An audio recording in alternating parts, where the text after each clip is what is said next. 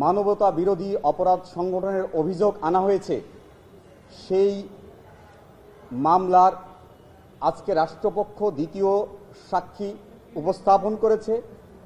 আজকে রাষ্ট্রপক্ষের দ্বিতীয় সাক্ষী সিআইডি ফরেনসিক বিভাগে একজন সাক্ষী তার সাক্ষ্য উপস্থাপন করেছেন।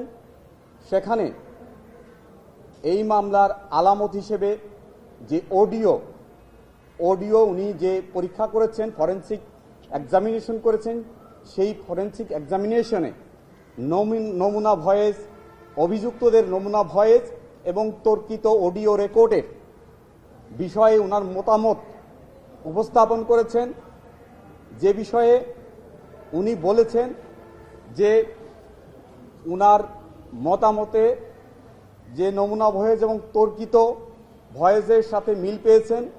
আমরা জেরার মাধ্যমে জনাব জুনায়েদ আহমেদ পলকের পক্ষে যে সাজেশন এবং ওনার জেরার মাধ্যমে যেটা সাক্ষ্যে আনতে পেরেছি বা আনার চেষ্টা করেছি, সেটা হচ্ছে মানবতা বিরোধী এই রকম একটি অপরাধের জন্য যে ধরনের আন্তর্জাতিক স্বীকৃত পদ্ধতি অনুসরণ করা প্রয়োজন, সেই রূপ পদ্ধতি অনুসরণ ব্যতীত একটি একপাক্ষিক ইন্টারন্যাশনাল স্ট্যান্ডার্ড মেনটেন না করে ফরেনসিক টেস্ট করা হয়েছে এবং এরূপ টেস্টের মাধ্যমে যে ধরনের পদ্ধতি অবলম্বন করে সাক্ষ্য গ্রহণ এবং ফরেনসিক টেস্ট করা হয় এবং সেই টেস্টের মাধ্যমে মানবতা বিরোধী অপরাধ প্রমাণিত হয়, সেইরূপ কোনো সাক্ষ্য উপস্থাপন করতে পারেননি।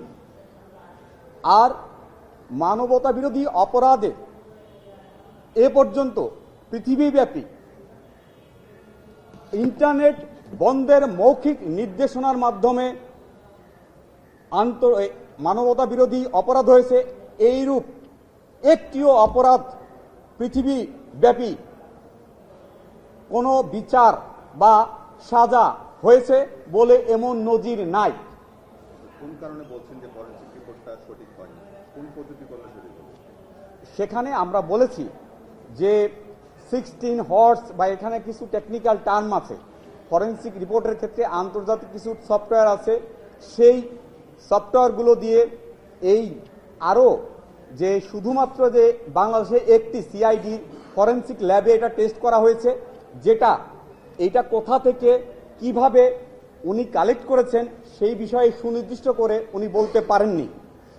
এছাড়া আমরা বলেছি যে স্ট্যান্ডার্ড, ইন্টারন্যাশনাল স্ট্যান্ডার্ড যেটা আমরা একটা বলেছি যে 16 মেগাহার্টজ সহ আরও কিছু সফটওয়্যার বিষয় উল্লেখ করেছি, সেইগুলো পদ্ধতি উনি অনুসরণ করেনি। যদিও উনি বলেছেন যে আরেকটি পদ্ধতির কথা, যেটা বাংলাদেশের শুধুমাত্র এক ল্যাবই আছে, সেখানে আন্তর্জাতিকভাবে স্বীকৃত পদ্ধতি অনুসরণ করা হয়েছে কিনা সেই বিষয়ে চ্যালেঞ্জ করার মতো সুযোগ খুব কম। ডেফিনেটলি সেখানে যে ভয়েসের কথা উনি বলেছেন, যে পদ্ধতিতে উনি সংগ্রহ করেছেন এই নমুনা, এবং সেখানে উনি বলেছেন এখানে যে নমুনা সংগ্রহ করা হয়েছে 6G, সেখানে কতগুলো নমুনা উনি সংগ্রহ করেছেন উনি উনার রিপোর্টে সেখানে উল্লেখ করেননি। উনার রিপোর্টের যে 2.1 একটা অনুচ্ছেদ আছে, সেখানে কয়জনের নমুনা ভয়েস এবং তার সাথে ওনার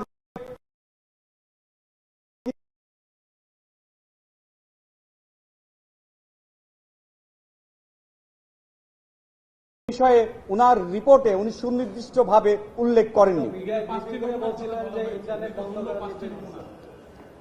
আমি বলেছি ইন্টারনেট বন্ধের মৌখিক নির্দেশনার ওনার বিরুদ্ধে যে অভিযোগ এসেছে, সেই অভিযোগ প্রসিকিউশনের ডকুমেন্টসেই বলা হয়েছে এবং সেখানে দেখানো যাবে যে সম্পূর্ণ ইন্টারনেট বন্ধের মৌখিক নির্দেশনা উনি দেননি কখনোই, এবং সেটা কখনোই সম্পূর্ণ ইন্টারনেট বন্ধ কখনো হয়নি। করে বলেছিলেন যে ইন্টারনেট করার বন্ধ করার নির্দেশ দিয়েছে। না, মিডিয়াতে ব্রিফিং করে বলছিলেন। উনি যেটা বলেছেন ইন্টারনেট সীমিতকরণ, উনি ইন্টারনেট বন্ধের বিষয়, সম্পূর্ণ ইন্টারনেট বন্ধের বিষয়ে বলেননি।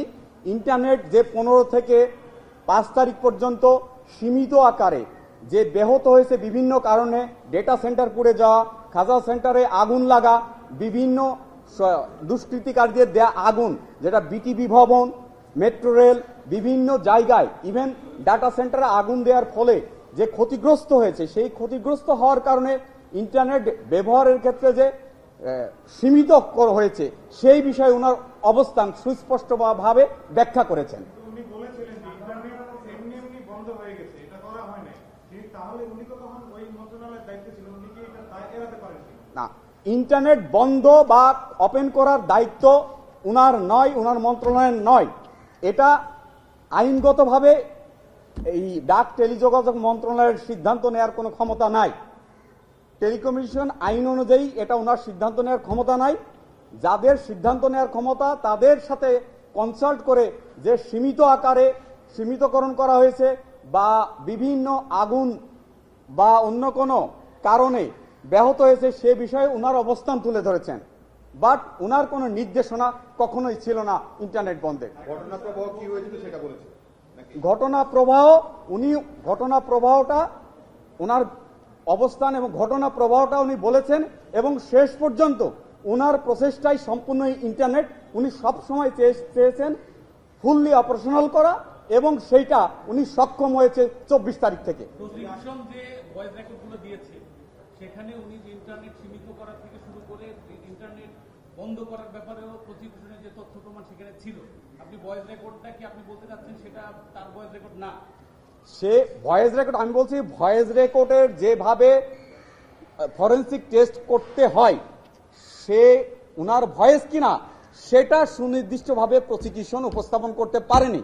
যে পদ্ধতি, প্রপার পদ্ধতি অনুসরণ করে সেটা করা উচিত ছিল বা করা হয় আন্তর্জাতিকভাবে স্বীকৃত আইন এবং সুনির্দিষ্ট যে আইন এবং প্রিন্সিপাল, যেটা সুনির্দিষ্ট সুপ্রতিষ্ঠিত প্রিন্সিপাল আছে, সেই প্রিন্সিপালগুলো যেটা ইন্টারন্যাশনাল কোর্ট অফ জাস্টিসে সহ আরো আন্তর্জাতিক আইনের স্বীকৃত পদ্ধতি অনুসরণ করা হয়, সেটা করা হয়নি।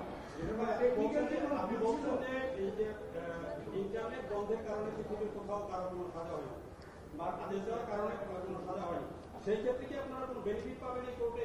ইন্টারনেট বন্ধের মাধ্যমে মানবতা বিরোধী অপরাধের কোনো সাজা হয়েছে এবং ইন্টারনেট বন্ধের সাথে মানবতা বিরোধী অপরাধের কোনো নেক্সাস আছে, এইরকম কোনো নজির আমার জানা মতে পৃথিবীতে নাই।